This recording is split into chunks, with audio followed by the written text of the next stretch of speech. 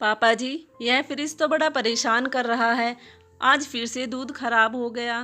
कितनी बार ठीक करा चुके हैं इसको, बार बार इसकी ठंडक कम हो जाती है। हमें अब नया फ्रिज ले लेना चाहिए। पापा जी, ससुर जी कहने लगे। हाँ बहू, तुम ठीक कह रही हो। सासू माँ ने घूरती निगाहों से ससुर जी की तरफ देखा। हाँ, वो मैं ठीक करवा दूंगा, अभी कुछ दिन और इससे काम चला लेते हैं। शीतल समझ गई कि सासू माँ ने मना कर दिया है। थोड़ी देर बाद सामने वाले आंटी सासू माँ के पास गपशप करने के लिए बैठ गई। शीतल चाय बनाने के लिए रसोई में चली गई। शीतल ने रसोई में से सुना सुधा आंटी सामने रखी अलमारी की सनमाइका बदलने को कह रही है। उनके जाते ही शीतल ने भी वही बात छेड़ दी। पापा जी, सुधा आंटी बिल्कुल ठीक कह रही थी। यह अलमारी की सनमाइका बहुत ख़राब हो चुकी है। आप कहो तो मैं आपके बेटे के साथ फर्नीचर की दुकान पर जाकर कुछ डिज़ाइन पसंद कर आएंगे। तभी सासू माँ ने गुस्से में जवाब दिया, तुम आजकल की लड़कियों को क्या पता मजबूती क्या होती है। कितनी मजबूत अलमारी है यह, और काम तो सही दे रही है ना। क्या ज़रूरत है बदलवाने की।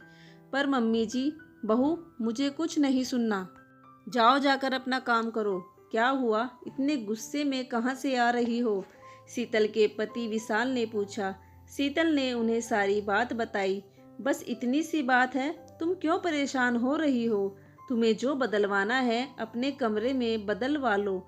यह क्या बात हुई विशाल? जब कोई घर पर आएगा तो वह हमारे कमरे में आएगा क्या? वह तो ड्राइंग रूम में ही बैठेगा ना। क्या बोलेगा? इनकी बहू घर को कैसे रखती है। छोड़ो ना, तुम क्यों इतना सोच रही हो? विशाल शीतल को समझाने लगा। हट जाओ यहाँ से, जाने दो, मुझे बहुत काम पड़ा है। और शीतल अपने काम में लग गई। उसने सोच लिया कि अब वह कुछ भी बदलने के लिए नहीं कहेगी, पर मन कहाँ मानता। थोड़े दिन बाद फिर वही बात। मम्मी जी, यह फोटो की फ्रेम काफ़ी पुरानी हो गई है।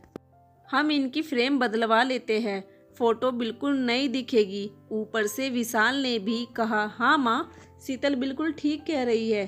कम से कम ड्राइंग रूम तो अच्छा दिखेगा।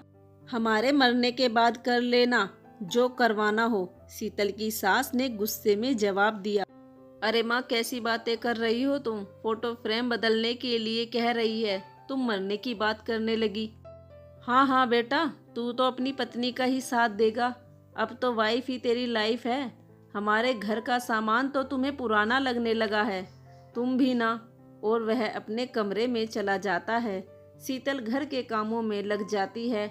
अगले दिन ससुर जी एक पेंटर को घर लेकर आते हैं। भाई, हमारा बढ़िया सा पेंट कर दो। हमारे घर की मालकिन बैठी है, यही बताएगी सब कुछ कि कैसा करना है। इनके हिसाब से ही होगा सब कुछ। उन्होंने शीतल की सास की तरफ इशारा करते हुए कहा। शीतल उदास होकर बिना बोले वहां से चली गई। विशाल ने सब सुन लिया था। विशाल ने शीतल को समझाते हुए कहा, शीतल, यह उनकी बरसों की मेहनत का बनाया हुआ घर है। वह इसमें कोई बदलाव इतनी आसानी से स्वीकार नहीं करेंगे। उन्हें जैसा करना है करने दो। यह उनके सम्मान की बात है। और मेरे सम्मान का क्या विशाल? क्या मैं इस घर का हिस्सा नहीं हूँ? मेरे पापा तो कहते हैं अब ससुराल ही मेरा घर है, और तुम कह रहे हो यह उनका घर है क्योंकि उनके सम्मान की बात है। शीतल, तुम गलत समझ रही हो। घर तुम्हारा भी है, पर वह लोग बड़े हैं। ठीक है विशाल, मैं सब समझ गई। शीतल इतना कहकर वहां से चली गई। अब शीतल अपने काम से मतलब रखती, फिर दोबारा कुछ भी बदलने के लिए नहीं कहती। कुछ दिन बाद शीतल की छोटी ननंद अपने बच्चों के साथ रहने आई। वह बहुत खुश थी क्योंकि उन्होंने अभी कुछ दिन पहले ही नया घर खरीदा था। उन्होंने आते ही अपने घर की वीडियोस और फोटो सबको दिखाई।